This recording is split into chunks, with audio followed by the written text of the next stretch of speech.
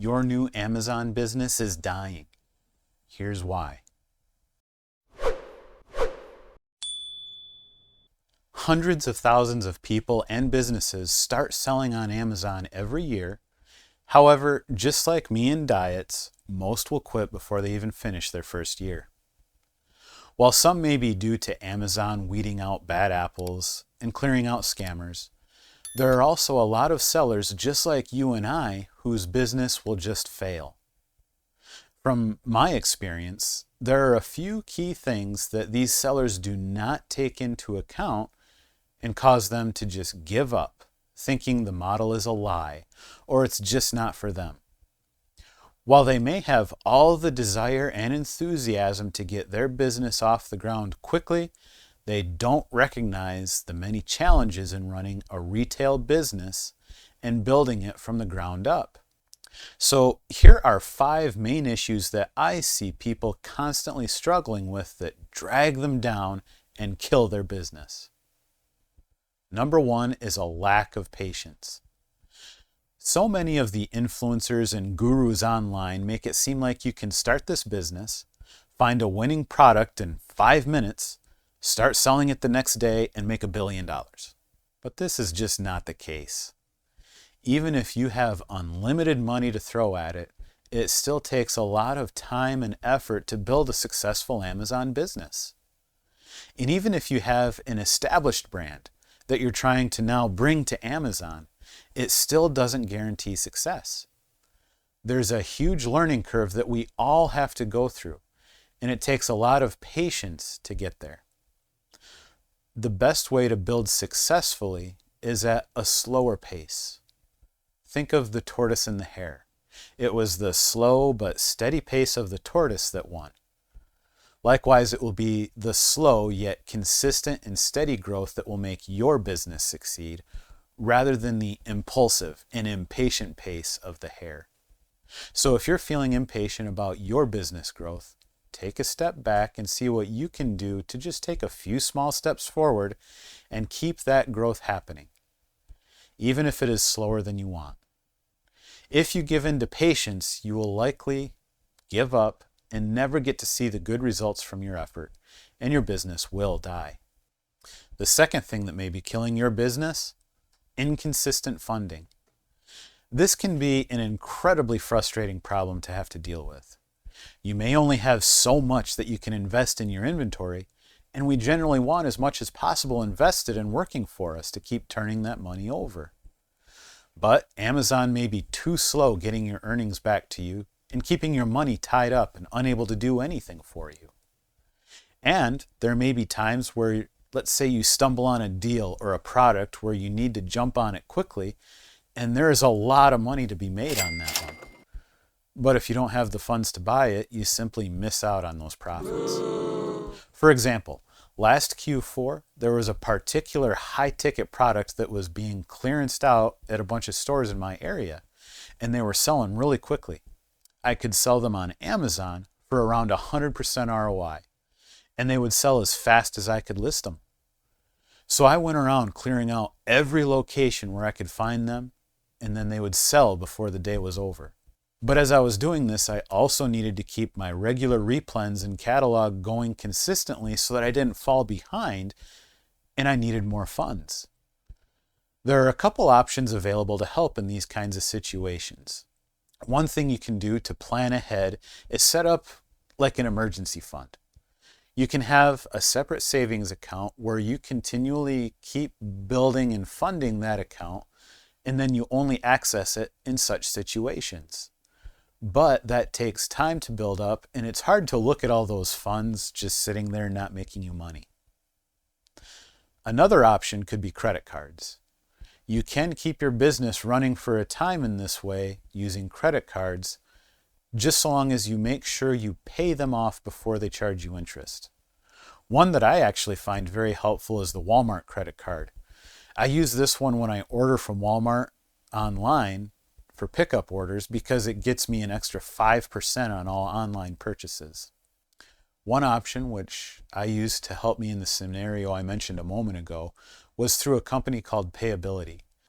This was a tremendous help and making it work for me to keep clearing out that product from the stores and making those profits.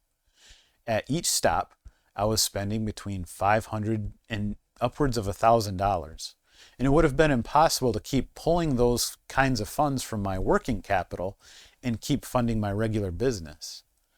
But with Payability, I have a credit card that's linked direct to my account that they reload every day with my Amazon sales. They fund it based on the pending Amazon funds from each day's sales. So when you make a sale and that order gets marked as shipped, that's key, Amazon then adds that amount to your pending funds, which you will see at the top of your Seller Central page. After each day, Payability checks that number and advances you 75% of what came in that day. So when I bought those products and then they sold the same day, I'd go home, package them up, buy shipping before the day ended, so that the next morning my Payability account was loaded back up and I could essentially just keep using that same money over and over again each day and keep my regular replens going at the same time. Now, how did Payability make their money off of me? They take a 2% fee on the total of every sale on Amazon. And that includes all the fees such as taxes. Now you may say, well, that's unfair. I can't control taxes. How do you charge fees on taxes? Well, keep in mind that the credit card they give you also gives you 2% cash back. And remember that they're providing a very valuable service that allows you to keep making money that you would have otherwise had to miss out on. So let's say that you spend $500 on your product. You make $1,500 in sales from that. Now there may also be an average of 8% in sales tax charged on the different orders. So we add $120 onto the order totals, making it $1,620. Payability in turn will take a fee from those sales of 2%, totaling $32.40. But I also used my Payability card that gave me 2% cash back on the purchase, which came to $16. Meanwhile, let's say you're able to make about 80% ROI on your purchase. So you get your initial $500 back that you spent, plus an additional $400 in profit after the Amazon fees and shipping are covered. Imagine if you had this deal in front of you and you had to miss out on it because you didn't have the available funds. Considering that math, would you say that your total fees to Payability of a little over $16 would be worth the ability to make an extra $400 in profit? I felt that it was definitely worth it, especially since I could turn that same thing day after day. Now, you may wonder, when do you get that other 25% back that they're holding on to? That happens with the Amazon payout. Once Amazon pays out those funds, you get the rest of your profits, Payability will take their fees, and everybody's happy. So rather than needing to remember to make payments on a credit card or a loan, it all happens in a very easy way and seamless way for you to be able to keep running your business as you normally would, with funds coming back at you much quicker.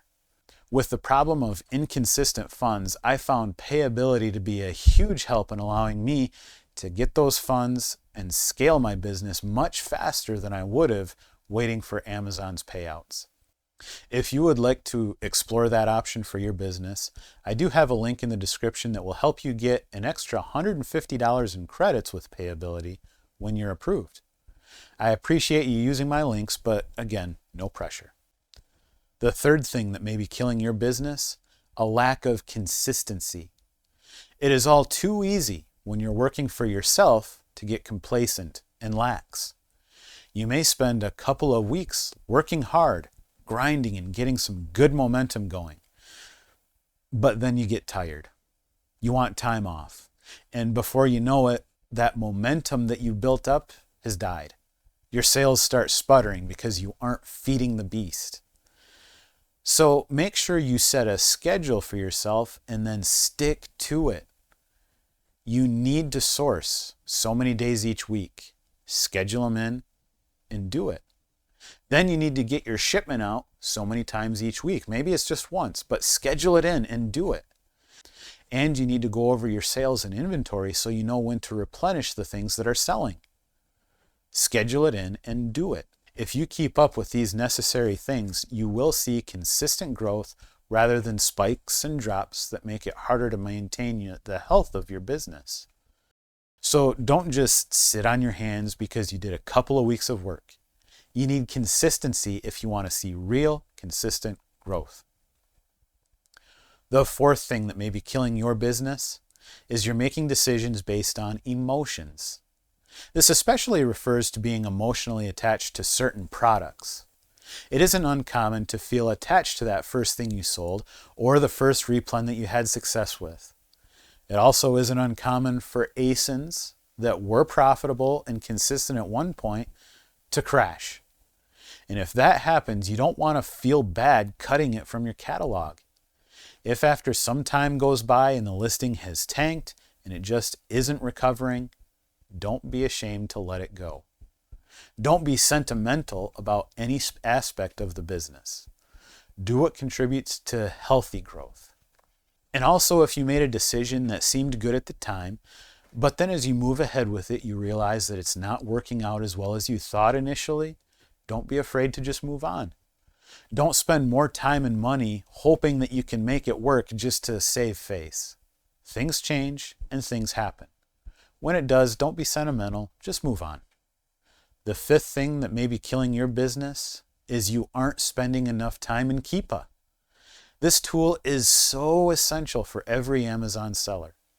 All too often, people depend too strongly on the current rank. In fact, it's common for YouTubers and the like to offer rank charts where they show the top percentages of ranks in each category on Amazon. But these lists are honestly useless.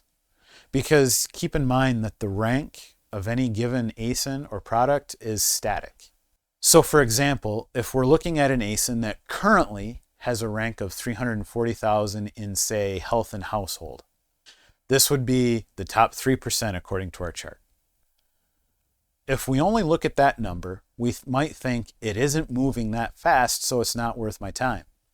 But the next day, there may be a couple of sales and it drops that rank all the way to maybe 115,000. If we check it then, it would be in the top 1%. Now we might think, wow, this is amazing. But nothing really changed except for one or two sales at just the right time. Another thing to be aware of are sales rank estimators, giving an estimation of the number of sales each month based solely on the current rank. Here's one example of this. This ASIN is currently just around 125,000 in health and household. Now our estimator shows that it should move about 60 a month. Now if we made our decision based exclusively on this number, we might not make the right decision. But if we check Keepa and look at the data it provides, it gives us a lot more information that is much more accurate and reliable for us to base our decision on. So first we check the sales rank history, and it shows that it regularly ranges from a low of around 90,000 to a high of around 220,000, some only a day apart. The difference according to the estimator, at 90,000, it says it's going to sell 120 times a month, versus at 220,000, only 30 sales. One day to the next, and these numbers would cause you to make a completely different decision. But as we check Keepa and look at the listing page on Amazon, we get a very different picture. First, you might notice this is a variation listing, so it's sharing that rank between two different products. Now, Keepa does only show 18 drops in the last 30 days, indicating at least 18 sales. But it can only see so many. When it gets to this number, 18, 20, 25, you can probably confidently double that number. So if we go deeper into the data, we go to the data page and then offers, we see there's just two sellers, and it appears that between these two sellers, about 38 have moved. So like I said, around double the number of the rank drops. We can go a step further on this page also and get a little extra information. For example, maybe the current buy box price is not quite high enough to be profitable for us. But you might check and see each seller's price history. Are they above the buy box? Or maybe they're equal. Now in this case, each seller is at the buy box and they have been so for this period. But some listings may show that sellers are getting sales while maintaining a price well above the buy box. So you could consider testing that one priced above the buy box for yourself. Now these are just a few of the features to check on Keepa, but the more you get familiar with it, the better decisions you will be able to make on products and the more confident you will be able to do so. So make sure you're spending time in Keepa. Check the data and see what other features there are as well, what it tells you. This will give you an edge to keep healthy, consistent growth in your business. So make sure of these key factors as you grow and scale your business. Don't let yours be another casualty in the struggle to succeed. If you care for these points, you will have a much better chance to come out ahead and see a healthy business in time. If you would like further assistance in building your business and would like to talk one-on-one with me to see what you can do to take your business to the next level, check out the coaching link in the description below. Thank you for taking the time to watch today. I hope you did find some value in what I shared. If so, please be sure to like and subscribe and ring that bell notification so you don't miss my future videos. That's all from me for today. I'll see you on the next one.